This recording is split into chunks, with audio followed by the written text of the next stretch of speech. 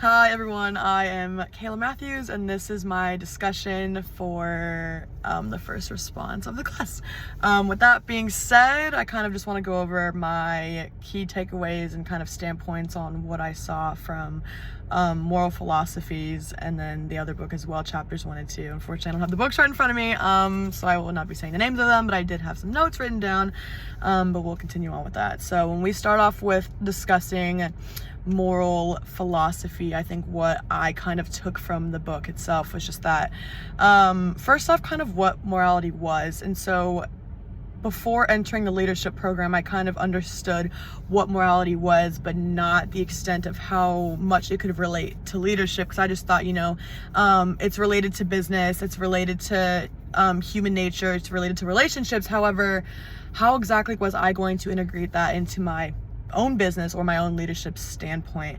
And that's not something I really thought about until I kind of integrated myself into the leadership program.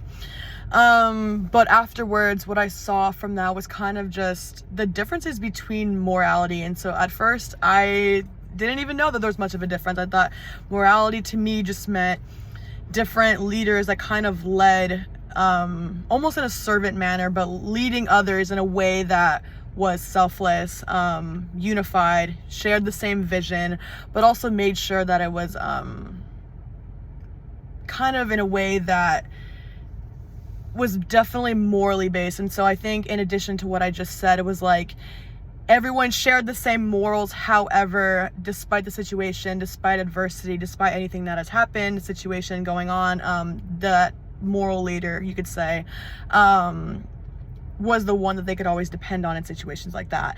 And so when I directly relate that to my field, which would be coaching, athletics, things along those lines in that environment, I would relate it to how it just relates back to the simple philosophy of coaching, right? And so we directly relate myself into college athletics, but when we talk about college athletics, we think about how, the college athletes already come in having years to decade essentially of experience, and so they might not always need the coaching, they might not always need the guidance. However, as time goes on, you can understand that they need to build that experience morally and mentally rather than physically. And so that's why when I relate this back to sports, you think about why you would play older individuals over younger individuals, just because they lead by guidance and by experience. And so for me, that's exactly what morality was you lead by guidance.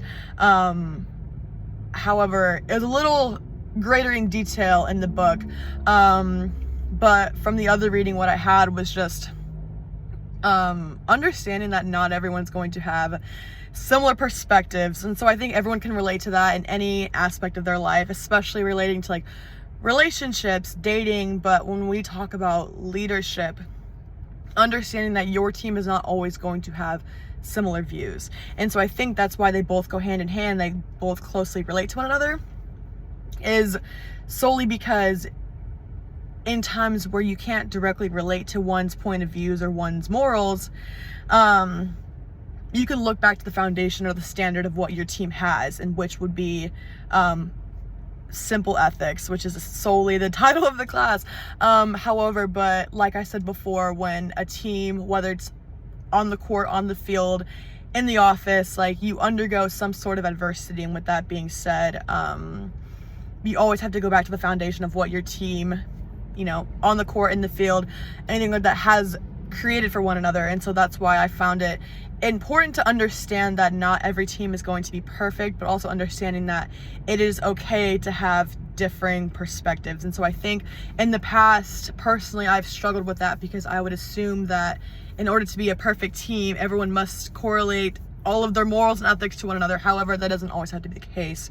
And so with that being said, understanding that morality can directly correlate itself with differing point of views, even though at first I didn't think those two can both directly coincide. But after the reading, understanding that there are different types of morality, and how they use the example of in the book about differing views and how it actually made it better, understanding that it's a long process to undergo. However, it is more effective, you could say, than simply just choosing based on the easy standpoint of simply just understanding that not everyone is perfect. So thank you.